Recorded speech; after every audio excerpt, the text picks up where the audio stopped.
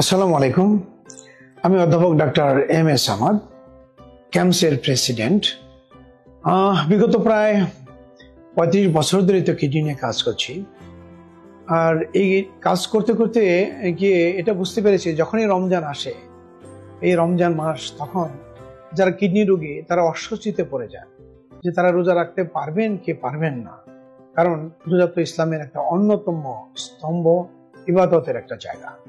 তো কাজেই আজকে আমি এই যাদের কিডনি রোগ আছে, অর্থাৎ বাংলাদেশে প্রায় ৩,৮০,০০,০০ লক্ষ লোকের মতো কিডনি রোগে আক্রান্ত, তো এদের কারা রোজা রাখতে পারবেন, কারা রোজা রাখতে পারবেন না, আর যারা রোজা রাখবেন তাদের মধ্যে কোনো ঝুঁকি যদি থাকে কি কি সাবধানতা অবলম্বন করতে হবে, সেগুলো নিয়ে একটু কথা বলবো। প্রথমে বলবো যে সাধারণত কি কি কিডনি রোগী থাকে। কমন যে রোগগুলো থাকে তার মধ্যে অন্যতম হলো দীর্ঘস্থায়ী কিডনি রোগ বা সিকেডি। এটা ১ নম্বর ধাপ থেকে ৫ নম্বর ধাপ পর্যন্ত আছে এবং আস্তে আস্তে একদম খারাপের দিকে যখন চলে যায়, শেষ পর্যায়ে চলে গেলে তখন ডায়ালাইসিস করতে হয়। দ্বিতীয়ত হলো আকস্মিক কিডনি রোগ। তৃতীয়ত ঘন ঘন যাদের প্রস্রাবে ইনফেকশন হয়। আর চতুর্থ যাদের মূত্রতন্ত্রের প্রদাহ আছে। তাছাড়া যাদের গ্লোমেরোনেফ্রাইটিস হয়েছে অথবা মুখ ফুলে গেছে এবং তারা চিকিৎসা নিচ্ছে, যারা ডায়ালাইসিস নিচ্ছে, যাদের কিডনি ট্রান্সপ্লান্ট করা হয়েছে, তো এরা কিভাবে কে রোজা রাখতে পারবেন বা পারবেন না সে সম্পর্কেই কথা বলবো। প্রথমে সিকেডির কথা বলি। সিকেডি যদি প্রথম দিকে থাকে, অর্থাৎ ধাপ ১ নম্বর ২ নম্বর ধাপে যদি থেকে থাকেন, অর্থাৎ আপনার চিকিৎসকরা নিশ্চয়ই বলে দিয়েছেন, তাহলে আপনি নির্দ্বিধায় রোজা রাখতে পারবেন যদি আপনার ডায়াবেটিস এবং উচ্চ রক্তচাপ জনিত কোনো জটিলতা না থেকে থাকে।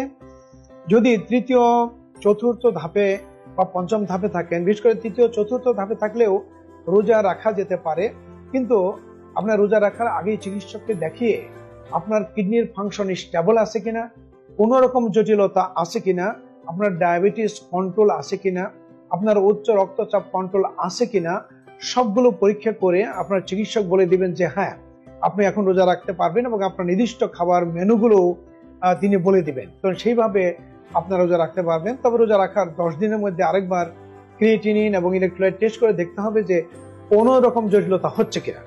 যদি জটিলতা হয় চিকিৎসক বলে দিবেন, হয়তো রোজা রাখতেও পারেন, নাও রাখতে পারেন, না রাখার উপদেশ দিতে পারে, সেটা পরামর্শ অনুযায়ী পরবর্তী সময় চলবে। যাদের কিডনি একদম সম্পূর্ণ বিকল হয়ে যারা ডায়ালাইসিস নিচ্ছেন, তাদের জন্য কিন্তু রোজা রাখাটা এটা সেই রোগীদের জন্য এটা অত্যন্ত ঝুঁকিপূর্ণ। তারপরেও দেখা গেছে কেউ কেউ এই ডায়ালাইসিস অবস্থায় রোজা রাখতে চায়। তাদের জন্য বলবো যে যদি রাখতেই চান তাহলে যেদিন ডায়ালাইসিস সেদিন রাখবেন না, এবং অথবা ডায়ালাইসিস রাতে করবে। এবং এই ডায়ালাইসিস রোগীরা পানি খাওয়ার ব্যাপারে খুবই সাবধান হতে হবে, কারণ একটু বেশি পানি খেলেই কিন্তু আপনাদের শ্বাসকষ্ট হতে পারে। সেই জন্য সেই সময় বেশি পানি খাওয়া যাবে না। এবার আমরা আসি যে যাদের কিডনির সংযোজন হয়েছে, যাদের কিডনির সংযোজন হয়েছে তাদের কিন্তু অনেকগুলো ওষুধ খেতে হয় এবং টাইমলি খেতে হয়। কেন খেতে হয়? যাতে আপনার যে কিডনি দেওয়া হয়েছে সেটা বাতিল হয়ে না যায় বা রিজেকশন না হয়ে যায়। কারণ বাইরে থেকে একটা কিডনি দিলে আমাদের শরীর এটাকে শত্রু মনে করে একে বাতিল করে দিতে চায়। তো সেই জন্য অনেকগুলো ইমিউনোসাপ্রেসিভ খাওয়া হয়। তো কাজেই সেই নিয়ম মতো যদি খেতে পারেন, তাহলে যদি ট্রান্সপ্লান্টের পরে ১ বছর পরে এবং আপনার কিডনি যদি একদম স্টেবল থাকে, ব্লাড সুগার বা অন্য কিছু থেকে থাকলে সেগুলো যদি স্টেবল থাকে, তাহলেই আপনি রোজা রাখতে পারবেন। তবে আপনার ওষুধগুলো কিন্তু নিয়মিত খেতে হবে। হয়তো ১ ঘন্টা হের হতে পারে। যেমন সেহরিটা একদম শেষে দিয়ে খাবেন, ইফতারটা করেই আপনার ওষুধ খেয়ে ফেলতে হবে। তারপরে হলো আকস্মিক কিডনি বিকল। যাদের হঠাৎ করে একদম কিডনি ভালো ছিল কিন্তু ডায়রিয়া হয়ে, বমি হয়ে, বা কোনো ঔষধের কারণে বা প্রচন্ড রক্তক্ষরণের কারণে অথবা কোনো ইনফেকশনের কারণে দেখা গেল হঠাৎ করে প্রস্রাব একদম কমে গেছে এবং ক্রিয়েটিন বেড়ে যাচ্ছে, তো এই একইটা অবস্থায় কিন্তু রোজা রাখা যাবে না। কাজে এটা যখন সেরে যাবে তখন আবার রোজা রাখতে পারবে। আবার যাদের মূত্রতন্ত্রের প্রদাহ আছে, অর্থাৎ ঘন ঘন প্রস্রাব হচ্ছে, প্রস্রাবে জ্বালা পড়া হচ্ছে, এবং আপনার ডাক্তার পরীক্ষা করে দেখলো যে মূত্রতন্ত্রের প্রদাহ, যখন প্রদাহ তখন আপনাকে নিয়মিত ওষুধ খেতে হবে, প্রচুর পরিমাণে পানি খেতে হবে। পানি যদি না খান তাহলে প্রদাহটা সহজে কমবে না, সেই জন্য তখন রোজা রাখতে পারবেন না। যখন দেখা যাবে যে চিকিৎসা করে আপনার প্রদাহ কন্ট্রোল হয়ে গিয়েছে, তখন আবার রোজা রাখতে পারবেন। আবার যাদের বারে বারে ইউরিন ইনফেকশন হয়, রিকারেন্ট ইউরিনারি ট্র্যাক্ট ইনফেকশন বলে, তাদের রোজা রাখা একটু ঝুঁকি আছে। তবে তারা রোজা রাখতে পারেন।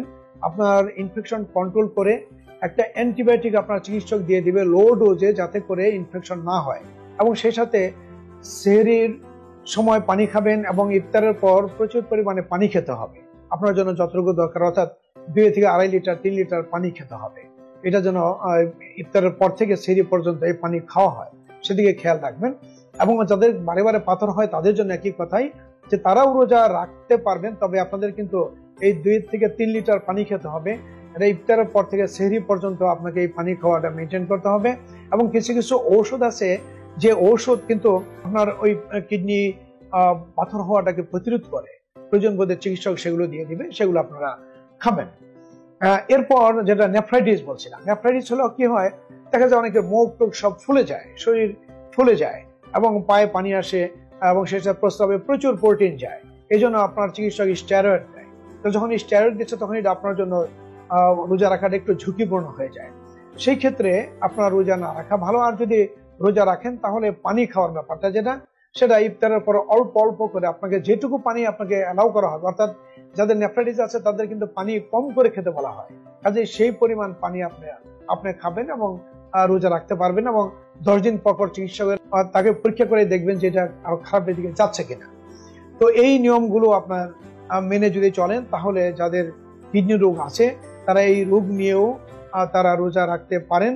তবে বিভিন্ন গবেষণায় দেখা গেছে যে যারা 3 নম্বর 4 নম্বর ধাপে যে রোজা রাখে, তারা যদি নিয়ম মতো চলে তাহলেও তারা চেষ্টা করলে রোজা রাখতে পারে। তবে যদি এর মধ্যে আনুষঙ্গিক অনেকগুলো জটিলতা আছে, সেগুলো আপনার চিকিৎসকই ঠিক মতো দেখে বলে দিবে। সেই জটিলতাগুলো যদি থাকে তাহলে সেক্ষেত্রে কিন্তু রোজা রাখাটা কঠিন হবে। আর এটা মনে রাখতে হবে যে যাদের ডায়াবেটিস আছে এবং কিডনি রোগ আছে, উচ্চ রক্তচাপ এবং কিডনি রোগ আছে, তাদের কিন্তু এই ওষুধগুলো পাশাপাশি খেতে হবে। বিশেষ করে ডায়াবেটিসের ক্ষেত্রে এদের হাইপোগ্লাইসেমিয়া হতে পারে, সেই জন্য ওষুধের পরিমাণ এবং সময়সূচি পাল্টে নিতে হবে চিকিৎসকের মাধ্যমে। কাজে আপনারা যারা এখনো চিকিৎসকের কাছে যাননি, রোজা শুরু হওয়ার আগেই চিকিৎসকের কাছে যান এবং তাদের নির্দেশ মতো আপনারা রোজা রাখার চেষ্টা করেন এবং এই ইবাদত করে এই পুণ্য অর্জনের সৌভাগ্য অর্জন করেন। যারা ভালো থাকেন, সুস্থ থাকেন। আসসালামু আলাইকুম।